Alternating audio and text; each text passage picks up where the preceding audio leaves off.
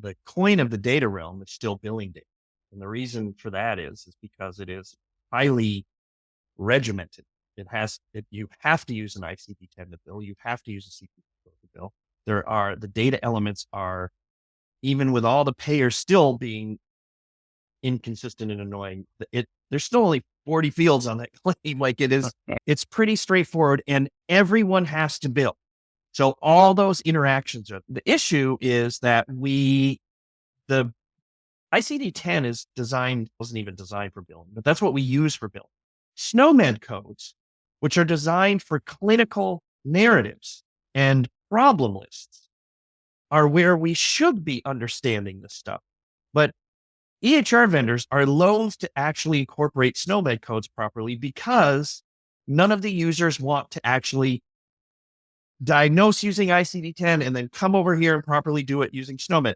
As Dan will tell you, we all hide that stuff behind the curtain. Now, we think we do it the best way. I'm sure OP thinks they do it, but everyone does it a little bit differently. What that means, though, specifically, let's say, Herb, that one of your patients is at home over the weekend, crashes out of the blue, goes into DKA, goes to the ER.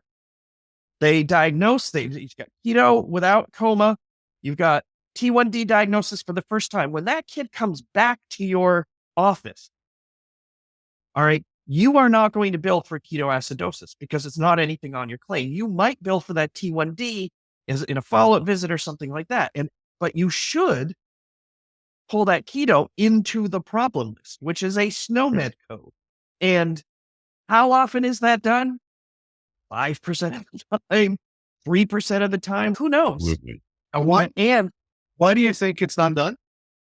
Because I'll tell you 2 reasons. Number one, it requires discipline and diligence with every single kid, and you have to see 25 kids a day to keep your doors open. And so you're like, secondly, there's something that we're probably not going to talk about today, but I'm just going to mention it right now. Diabetes is one of I haven't counted, a dozen diagnoses that pediatricians are happy to go put over there with someone else.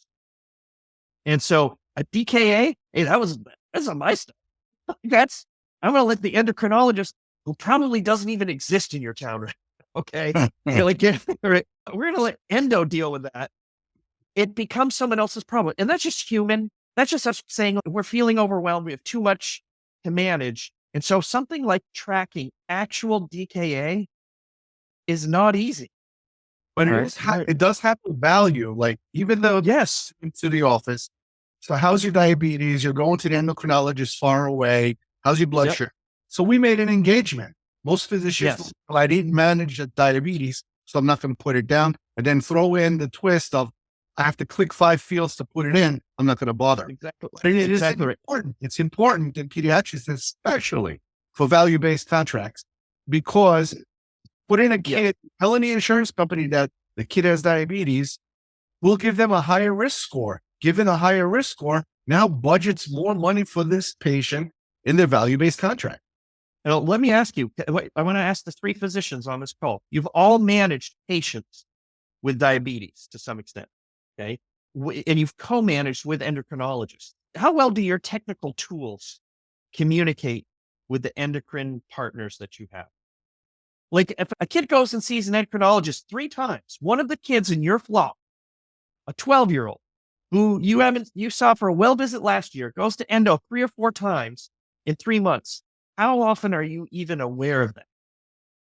So I'll tell you, from a non-pediatric EHR, it's a disaster, because I get information back in 2 ways through ECW. One is a PDF, and Fairfax uses Epic. So there's 12 pages of repetition of nonsense, right? And the nurse said that the kid passed gas twice. Okay. And then the medical student said, no, it was 3 times.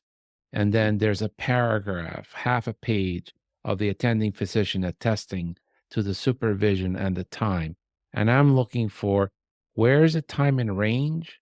And because it's a PDF, it's not in color, so I can't even see the graphic. And where's the hemoglobin A1C? And was this kid initially diagnosed in DKA or not?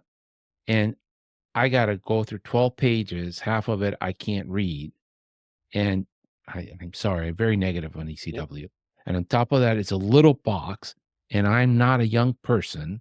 So it's difficult to see that. And I can't put that box to a side so that I can read the PDF on one side and see the problem list on the other side. And that's one way I get it.